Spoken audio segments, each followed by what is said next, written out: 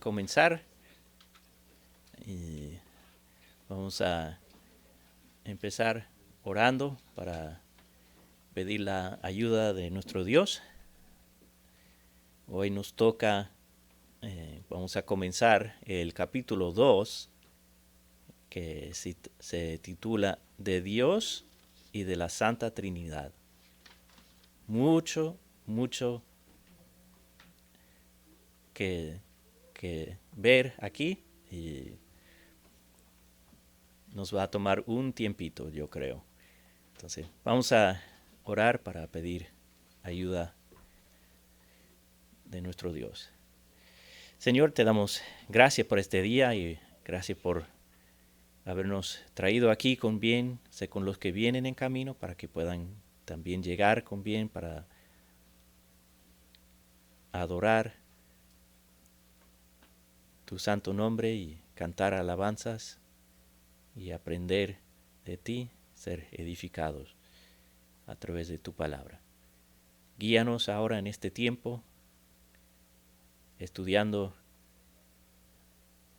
de ti y de la Trinidad, estas doctrinas tan importantes, tan vitales en nuestras vidas. Guíanos y dirígenos. Pedimos todo esto en el nombre de Cristo. Amén. Entonces, ya hemos terminado el capítulo sobre las Escrituras y ahora el siguiente capítulo habla de Dios, quién es Dios, y habla de la Trinidad, algo que la Biblia enseña, pero para nosotros, como hombres finitos, difícil de comprender en su totalidad. Pero es lo que la Escritura enseña.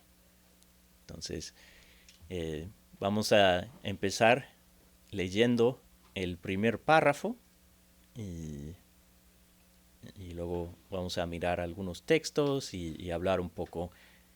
Y hay una parte del párrafo que yo creo que nos va a llevar un tiempo hablando de esa parte. Entonces, si alguien puede leer el capítulo 2, párrafo 1.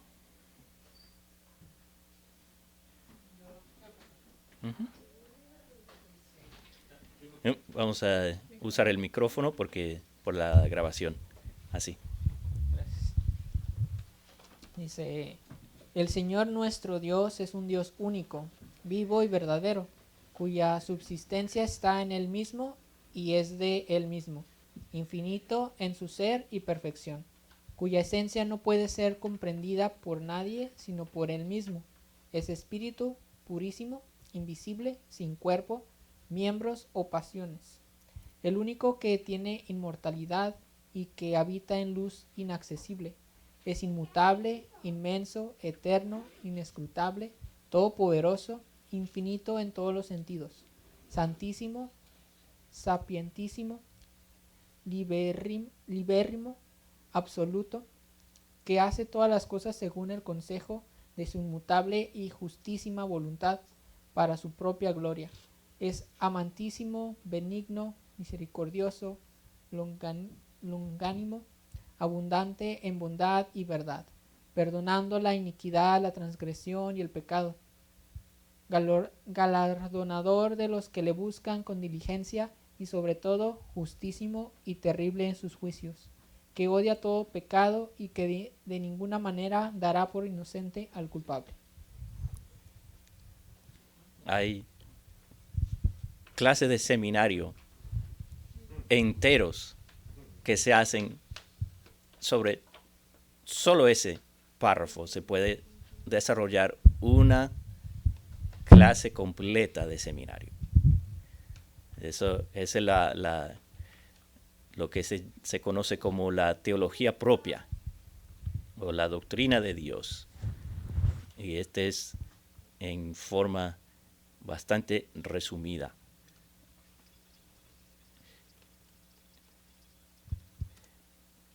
Y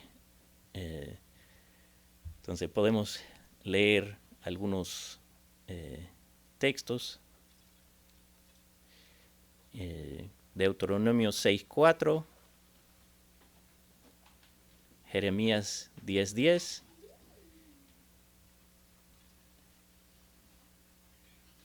Primera de Corintios 8 del 4 al 6,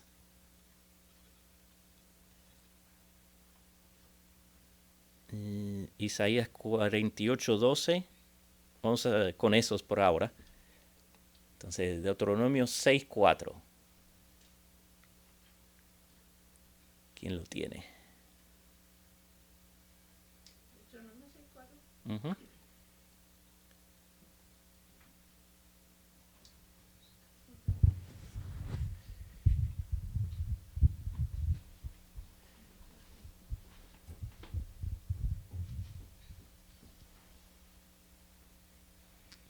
Deuteronomio 6:4 dice: Oye Israel, Jehová nuestro Dios, Jehová uno es. Entonces, eso nos dice que Dios es uno. También Jeremías 10:10. Mas Jehová es el Dios verdadero. Él es Dios vivo y Rey eterno. A su ira tiembla la tierra y las naciones no pueden sufrir su indignación. Entonces, ahí vemos que Dios es el Dios verdadero. Y comparado eso con 1 de Corintios 8 del 4 al 6. Acerca pues de las viandas que se sacrifican a los ídolos, sabemos que un ídolo nada es en el mundo, y que no hay más que un Dios. Pues aunque haya algunos que se llamen dioses, sea en el cielo o en la tierra, como hay muchos dioses y muchos señores, para nosotros, sin embargo, solo hay un Dios, el Padre, del cual proceden todas las cosas, y nosotros somos para Él, y un Señor, Jesucristo, por medio del cual son todas las cosas, y nosotros por medio de Él.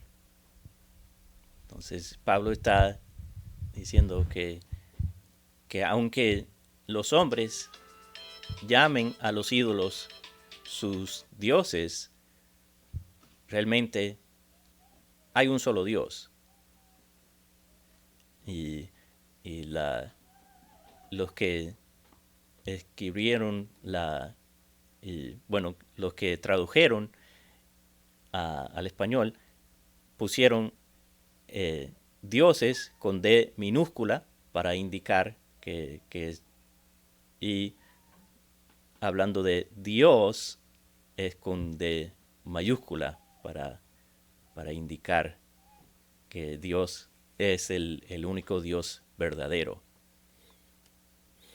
Y Isaías 48:12.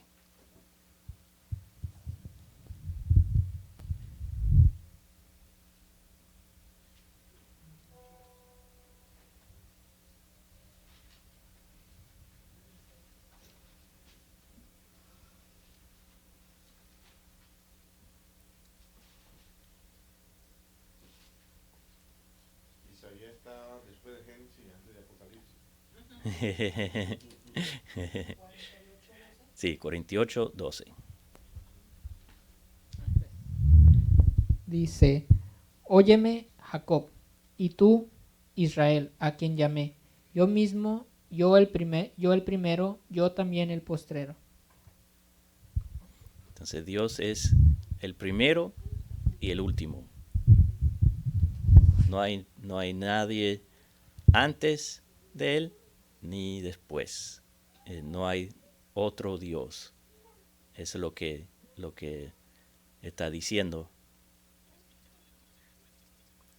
Y también el texto de Éxodo 3:14, ya sabemos que Dios, cuando está hablando con Moisés ahí en el monte Sinaí, en la zarza ardiente, y Dios le dice, le revela a Moisés su nombre, Yo soy.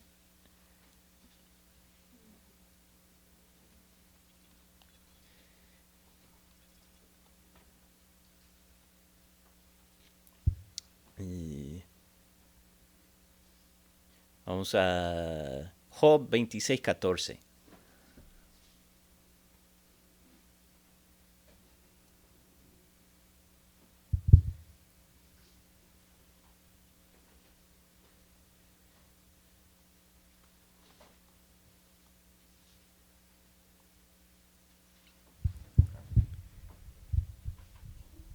He aquí, estas cosas son solo los bordes de sus caminos, y cuán leve es el susurro que hemos oído de él, pero el trueno de su poder, ¿quién lo puede comprender? Dios es tan grande y tan por encima de nosotros que podemos conocerlo, pero lo que conocemos es muy poco. Podemos, y toda la Biblia nos muestra que Dios se puede conocer, pero una cosa es conocer a Dios con nuestra mente finita y nuestro entendimiento limitado, y otra cosa es conocerlo completamente. Y eso es lo que está diciendo este texto, que lo que conocemos es como un susurro comparado con un trueno. La diferencia es bastante grande.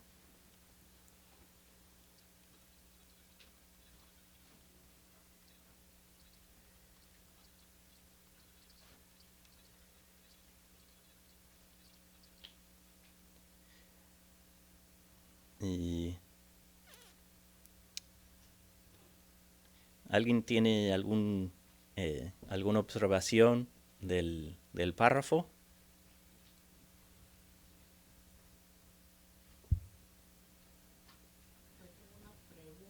Ajá.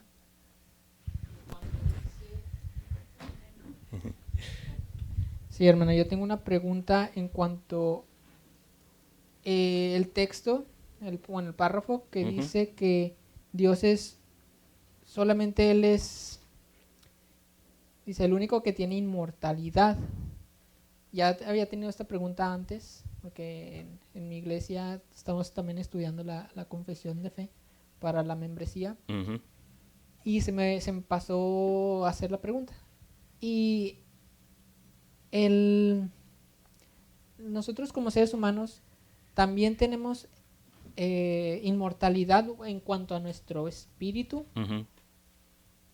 pero la eternidad es diferente a la inmortalidad. La eternidad solamente la tiene Dios. Sí. Y había escuchado que la inmortalidad solamente también es un atributo de Dios, pero el alma, el espíritu también es inmortal, Ujú. ya sea Exacto. que vaya a pasar la eternidad, ya sea en el lago de fuego o con Dios. No Ujú. sé si nosotros también en ese sentido seamos inmortales. Sí, exacto. Ese es, creo que parte de lo que ellos están queriendo decir está incluido con su eternidad, que Dios no fue creado, Dios siempre ha existido, entonces es inmortal en toda su existencia. Nosotros tenemos un principio cuando comienza nuestra existencia, en el momento de la fecundación, y ahí comienza la vida. Y nuestro cuerpo muere, pero nuestra alma sigue vivo, va, como dice en creo que Eclesiastés 12, el alma va a Dios quien lo dio. Y luego, entonces, yo creo que eso es lo que ellos están queriendo decir, que Dios es el único ser que no fue creado, que es inmortal en sí de principio a fin. Porque hasta los ángeles fueron creados y son... entonces, yo creo que eso es lo que ellos están queriendo decir. Sí, uno podría también comenzar a pensar un poco y hablar de Cristo, del Espíritu Santo y del Padre. Ujú, Ellos siendo inmortal, y lo que significa la palabra en sí es separación, ellos estarán eternamente unidos, ujú, no habrá separación, ujú, no experimentarán la muerte en ningún momento, mientras que todo lo creado puede estar sujeto a una separación de Dios, ujú, como pasó en el caso de Satanás, que tuvo que ser separado de Dios de esa manera. Entonces él muere en ese sentido. ujú, Nosotros, por el pecado, ahora somos separados de Dios. Por eso la Escritura dice, estando muertos ya en ujú, vuestros delitos y pecados, estando separados de Dios por nuestros delitos y pecados. Pero Cristo muere en ese cuerpo que adopta, pero al mismo tiempo resucita, indicando de que Él no experimenta muerte en ese sentido, ujú, sino que Él es eterno, porque Él es Dios. Y esa es la parte más conflictiva, donde muchos dicen, bueno, pero es que Él murió. No, es que el Dios mismo no murió. Muere ese cuerpo que fue sacrificado, donde el Padre mismo tuvo que abandonarle en la cruz, porque no podía estar en un cuerpo que estaba cargando todo el pecado de todo el mundo. Y esa es la parte más conflictiva y que nosotros a veces no podemos entender. ujú. Pero la verdad es que Cristo es eterno, porque es Dios. Exacto. Y Dios jamás experimentará muerte. Él es inmortal, no sabe lo que es la muerte. ¿Comprende? Nosotros los creados sí experimentamos esa separación de Dios todos los días prácticamente. Y Dios es a través de Cristo quien tiene que unirnos al Padre. Ujú, Y esa es la doctrina bíblica que nosotros creemos, y creemos que es bíblica, que aunque difícil para entender a la mente humana, es toda la realidad que se nos presenta en la Escritura. Yo ujú, no veo otra cosa. ujú. Y hay un punto que tenemos que dar paso a la fe. Es porque la lógica solo nos lleva a un punto. Y más allá necesitamos fe para creer que es como Dios ha dicho que es. Otra parte en el párrafo que me llamó la atención ayer cuando estaba estudiándolo y meditando, esa parte que dice sin cuerpo, miembros o pasiones. ¿Qué quiere decir que Dios es sin pasiones? Lo que yo sé que no significa es que Dios no tiene emociones. Dios sí tiene emociones. Dios, como ahí mismo en la última parte del párrafo, dice que Él ama, Él odia, Él tiene misericordia. Todas esas palabras son palabras relacionadas con emociones. Entonces, Dios sí tiene emociones. Dios, la Biblia habla bastante de la ira de Dios. La ira es una emoción. También el amor es una emoción. Y el odio, Dios odia el pecado. Entonces, si Dios tiene emociones, entonces, ¿qué es lo que ellos querían decir cuando dicen que Dios no tiene pasiones? Y no tengo, más allá de eso, no sé, porque yo sé lo que no quieren decir, pero no sé actualmente lo que sí quieren decir con esa palabra. Y yo esperando. Yo estoy Pero bueno, esperando por, digamos, ver la respuesta. el texto de Santiago 5:17 habla de que Elías era un hombre con pasiones semejantes a nosotros, ¿verdad? Entonces, lo único que yo puedo quizás pensar es que cuando se habla de pasiones, puede ser que está refiriendo a esos como deseos carnales, y Me llegó a la mente. lo único que puede, que me hace sentido que puede ser. Según el diccionario, para poder entender un poquito mejor, el diccionario define pasión como un sentimiento vehemente capaz de dominar la voluntad y perturbar la razón, como amor, el odio, los celos y la ira. Yo pienso que la palabra o la frase clave aquí sería perturbar la razón. Ujú, ujú. Como emociones desenfrenados. Eso puede ser. Ujú. En ese sentido, no sé si ese verso que ahora dice de las emociones desenfrenadas, ellos lo pusieron ahí. Pero realmente eso puede ser.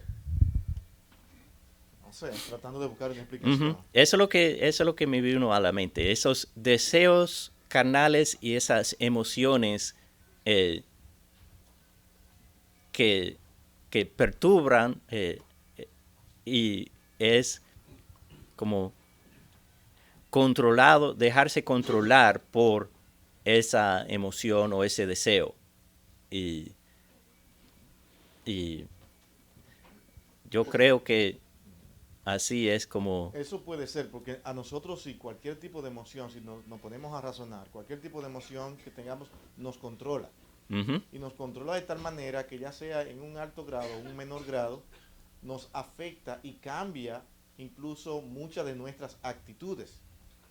¿Se entiende eso? ujú, Pero en Dios no. exacto. O sea, no está descontrolado. Él tiene Sino que todas... cada sentimiento tiene en sí ya una solución y una respuesta. Eso, él conoce de antemano lo que ha de suceder. Ujú, Y por eso él no puede estar sujeto a ningún tipo de pasiones. exacto. Es... En ningún momento. No está controlado por las pasiones. Eso es estar sujeto a pasiones. ujú, ujú. Yo creo que sí, estamos dando Dando en el con... punto, sí. Ajá. Gálatas 5:24 dice, pero los que son de Cristo han crucificado la carne con sus pasiones y deseos. Ahí mismo, 5:24. Gálatas 5:24. Dice, pero los que son de Cristo han crucificado la carne con sus pasiones y deseos. Exacto. Que las pasiones están asociadas con la carne. Esos deseos carnales, esas emociones desenfrenadas. Dios sí tiene emoción, y nosotros como imagen de Dios tenemos emoción. Y realmente las emociones en sí, la ira, la tristeza, lo que sea la emoción. Por ejemplo, nosotros podemos, tú acabas de decir, de que Dios odia el pecado. Eso Ujú. es odio. Ujú, ¿Qué pasa con nosotros cuando nosotros odiamos? Bueno, eso viene con un descontrol. exacto. Porque empezamos a guardar rencor, Ujú, empezamos a alejarnos de las personas ujú, y empezamos a pensar cosas a nuestro antojo de esa persona porque ya El Ujú. odio nos está controlando. Exacto. ¿Qué pasa con Dios cuando Él dice que odia el pecado? Bueno, envió a Cristo. Exacto. Siguió amando al pecador. Ujú. O sea, no hay un descontrol, sino que Él dice, esto es lo que yo odio, pero vamos a seguir trabajando con esas personas. Ujú. ¿Comprende? Entonces, y es interesante hacer esta alusión a un pensamiento que camina dentro de la vida cristiana, que yo considero que es incorrecto, cada quien lo puede analizar, pero estoy seguro que muchos lo han escuchado, cuando dicen que Dios ama al pecador, pero odia al pecado. Y yo pienso que realmente todo aquel que está metido y envuelto en el pecado, controlado por el pecado, tiene que ser regenerado por Cristo, cambiado por Cristo, de tal manera que Él también ahora odia el pecado. Ujú. Cuando llegamos a odiar al pecado, entonces ya pasamos a ser creyentes. Pero vemos en el incrédulo de que no, de que el incrédulo ama el pecado, él lo defiende, lo justifica, busca la manera de decir que él no es como piensan, que él no es como creen, pero vive justificando su pecado. Entonces Dios, si odia a ese pecado, también odia al que peca. Ujú. ¿Comprende? Exacto. Porque está separado de Dios por muerte, Exacto. muerte espiritual.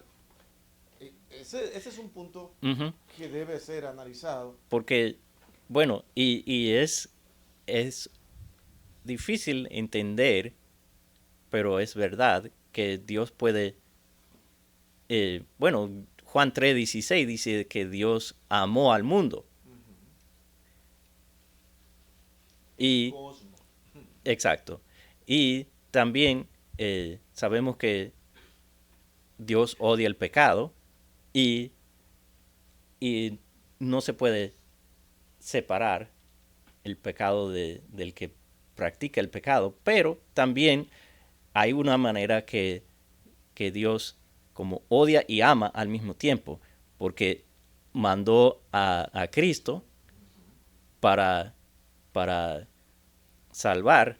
Entonces, nosotros no podemos comprender cómo eso se puede hacer, porque Porque para no nosotros sabemos. es o uno o el otro, pero Dios puede tener las dos cosas al mismo tiempo. Quiero comentar algo, se me hace un poco interesante, tanto interesante. Ahorita que estábamos hablando de lo que Dios ama al pecado, no, ama al pecador, pero odia el pecado. La palabra ira, Ujú. cuando se refiere a la ira de Dios Ujú. contra el pecador, en el griego es la palabra orge, y ahí podemos escuchar la palabra orgía, Ajá. que es una palabra pues, llena de pasión, ¿no? En los humanos es pasión pecaminosa y sexual, Ujú. pero en Dios la palabra orge es ira o es enojo o pasión violenta, descontrolada, pero obviamente es impulsada por sus mismos atributos, de Ujú. su santidad, de su justicia. Y se me hace un tanto interesante con lo que estamos comentando ahorita. Sí, ese es muy interesante que la palabra tiene la misma, Raíz. la misma raíz. Y Dios tiene esas emociones y podemos leer Éxodo 34, 6 al 7, donde Dios se muestra a Moisés. Moisés le pide a Dios, muéstrame tu gloria. Y Dios dice, ok. Entonces, este es lo que Dios dice cuando se muestra su gloria a Moisés.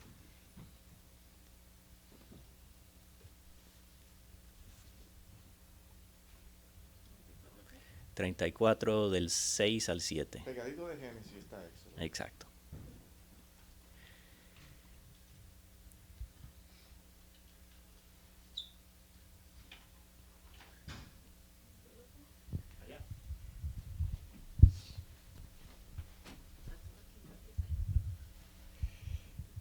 Dice Éxodo Ajá, Éxodo 34, 6 al 7, dice, y pasando Jehová por delante de él, proclamó, Jehová, Jehová, fuerte, misericordioso y piadoso, tardo para la ira y grande en misericordia y verdad, que guarda misericordia a millares, que perdona la iniquidad y la rebelión y el pecado, y que de ningún modo tendrá por inocente al malvado, que visita la iniquidad de los padres sobre los hijos y sobre los hijos de los hijos hasta la tercera y cuarta generación.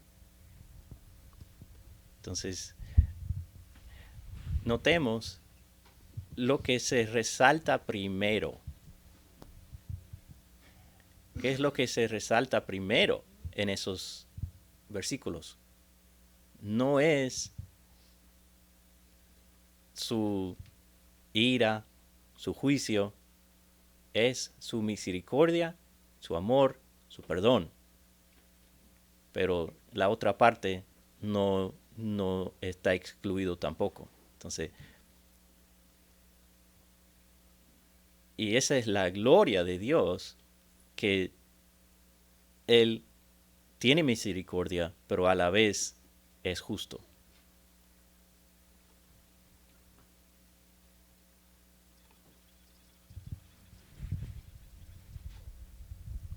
Yo quiero hacer una pregunta Ujú. en cuanto a cómo podríamos nosotros explicar la palabra Trinidad a las personas que no creen en la Trinidad. O que Uf. no creen, o que es difícil, Sí. o que no reconocen a Ujú. Jesucristo dentro de Dios, Ajá. de ser Dios. Exacto. Como los unitarios que dicen Dios es uno y no hay y no admiten que Jesucristo y el Espíritu Santo también son Dios, que Dios es 3 en 1. Sí, lo que pasa es que porque podría decir, o ellos dicen, la palabra Trinidad no es una palabra bíblica, entonces ¿de dónde agarras que la palabra Trinidad, que hay Ujú. 3 dioses? Y realmente ellos tienen razón en ese punto. La palabra Trinidad no aparece en la Biblia. Y realmente cuando llegamos al párrafo 3 de este capítulo, ese párrafo trata se trata de la Trinidad. Y la Biblia, aunque no menciona la palabra en sí, el concepto está ahí en toda la Biblia, tanto el Antiguo Testamento como el Nuevo Testamento. Y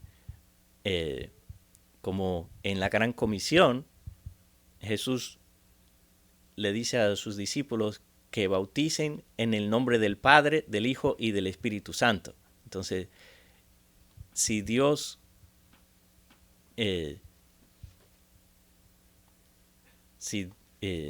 entonces eso nos deja saber que el Padre, el Hijo y el Espíritu Santo, los 3 son Dios. Entonces, también ese es algo que podemos comprender hasta cierto punto, y más allá es por fe. Sí, bueno, ¿cómo explicar algo que es inexplicable? ¿Verdad? Es Ajá. difícil, no se puede explicar. Entonces, ¿qué hacemos? Tenemos entonces que dejarnos guiar y conducir por las escrituras con lo que ella dice, y ese es el problema del ser humano. Ujú. Que el ser humano dice, bueno, yo acepto lo que la escritura dice, pero yo voy a poner mis condiciones. No puede haber condiciones. Deja que la escritura diga lo que expresa sobre un punto determinado. Y es ahí la clave para poder entender lo que es la Trinidad. Ujú. ¿Qué dice la Biblia acerca de esto a través de todas sus páginas? Bueno, tú comienzas a leer y dices, pero es que me está hablando de Cristo como Dios. Ujú. Pero espera, es que también me dice que el Espíritu Santo es Dios y actúa como Dios. Ujú. Entonces comenzamos a ver esos versos donde vemos al Espíritu pensando, al Espíritu actuando, pero es el Espíritu. No es que es una mera fuerza, como dicen algunos, pero parece que no. Mm. Entonces vemos a Cristo resucitándose a Él mismo, dando salvación, perdonando pecado. Y entonces nosotros concluimos, pero en un momento, esto solamente lo hace Dios. Entonces, ¿de qué está hablando? La Escritura te está diciendo es que solamente Dios puede hacer eso porque ese mismo que tú conoces como Cristo y el que tú conoces como el Espíritu Santo es Dios. Ujú. Entonces, ahora la pregunta, pero es que no entiendo, ¿Dios es un Dios trino? Ahí sale la palabra Trinidad. Ujú. Entonces, Dios es un Dios trino, habita en tres. Y los tres son personas. Ahora, ¿eso es posible en el ser humano? No, Mm-mm. solamente Dios. Si falta el Espíritu Santo, si falta Cristo, ya no es Dios. Ujú. Porque Exacto. los tres, que son inseparables, que son inmortales, habitan en un mismo sentir de pensamiento, propósito, y nunca ha habido ningún tipo de disparidad entre ellos, porque Dios no es solamente el Padre, Dios no es solamente el Espíritu, Dios no es solamente Cristo. De tal manera que no son tres dioses, sino uno. Pero ¿cómo entendemos eso?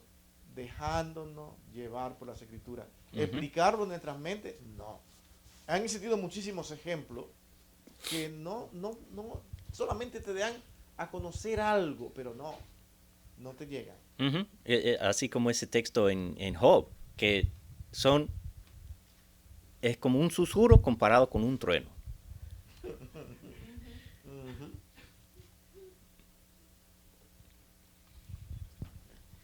Bueno,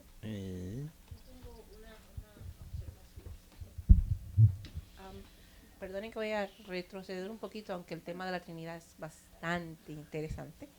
Pero leyendo en Éxodo 34, a mí me llamó la atención que entre los atributos que menciona, él dice, es fuerte y misericordioso y piadoso, pero también es tardo para la ira y Ujú. grande en misericordia. Nosotros como personas caídas, como seres humanos somos lo caídos, opuesto. exactamente, somos la antítesis. Es como que tan pronto me molesté, ya me airé. Y tan pronto me airé, ya pequé. Sin embargo, el Señor es paciente y tarda en airarse. Ujú. Exacto. Y eso muestra su bondad, que es tardo para la ira. Algunas personas como dicen, bueno, Dios es amor y como ignoran su ira. Pero no es que Dios no sea ira, es que es lento para la ira y abundante en misericordia.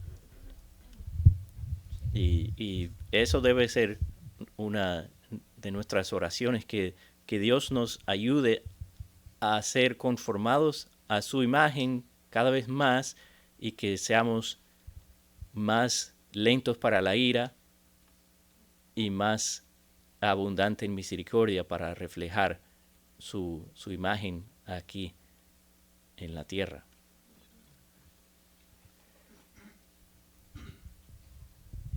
Quisiera hacer una observación también en Ujú. cuanto a la ira de Dios, en Ujú. cuanto a ese atributo de Dios, que nuestra ira no es como la de Él, ¿verdad? La de Él Ujú. es santa, su ira es santa. Exacto.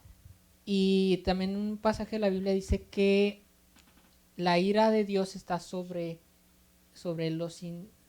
los que hacen iniquidad, o Ujú. los Ujú. pecadores todo el día, todos los días. Entonces eso es algo de ponerse a pensar de que, pues, qué tremendo, qué fuerte. Pero como la ira de Dios en el Antiguo Testamento y partes del Nuevo, como fulminaba a las personas inmediatamente. Entonces, actualmente, ¿cómo nos podemos pensar? ¿Por qué la ira de Dios no fulmina a las personas en la actualidad? Es por la paciencia que tiene Dios Ujú. hacia el ser humano. Ujú. Aun a pesar de que no estén en Cristo, tiene esa paciencia. Y Dios ha determinado hasta cuándo Él va a prolongar esa benignidad o esa Ujú. misericordia hacia la humanidad, aun a pesar de que aún no estén en Cristo. Ujú. Porque pues Él sabe hasta qué determinado tiempo va a durar el ser humano en la tierra. O se puede decir que también se podría ver de la manera en que ya han sido juzgadas en la tierra, ¿no? aún estando separados de Cristo, habiéndolos reprobado sus mentes ya en esta tierra, en la tierra, estando lejos de Cristo. Entonces, su ira es algo que inclusive nosotros como creyentes, estando en Cristo, deberíamos de temer, deberíamos de tomarla en cuenta. Tomarlo en serio. Tomarlo en serio. Porque si Dios fulminó y exterminó a Israel, siendo el pueblo elegido en el Antiguo Testamento, ¿qué nos espera a nosotros? Pero gracias a Dios tenemos a Cristo. Pero aún así no debemos de tomarlo a la ligera, el tener a Cristo. Como algo que seamos, no somos mejores que Israel y ni siquiera nos merecemos la salvación. Exacto. Y me vino a la mente cuando David estaba trayendo el arca y lo tenía en un carro, ¿verdad? Lo estaba transportando de la manera equivocada. Y el que estaba caminando atrás extendió la mano y tocó. Y Dios lo fulminó ahí mismo. Pero unos capítulos o antes, cuando habían llevado el arca a la batalla, ¿verdad? Los hijos de Elí llevaron el arca a la batalla. Y los filisteos se llevan el arca.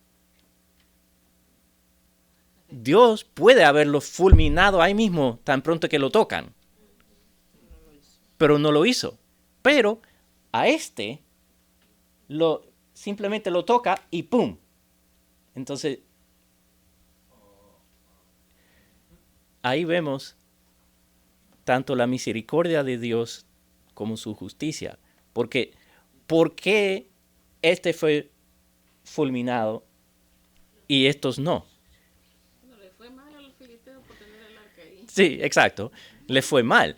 Pero los que lo tocó y también ellos cuando lo devolvieron, lo pusieron en un carrito. Hicieron lo mismo que hizo David. Lo pusieron en un carro. ¿Por qué Dios no fulminó a ellos de inmediato, igual como fulminó a Uzas cuando... Pero también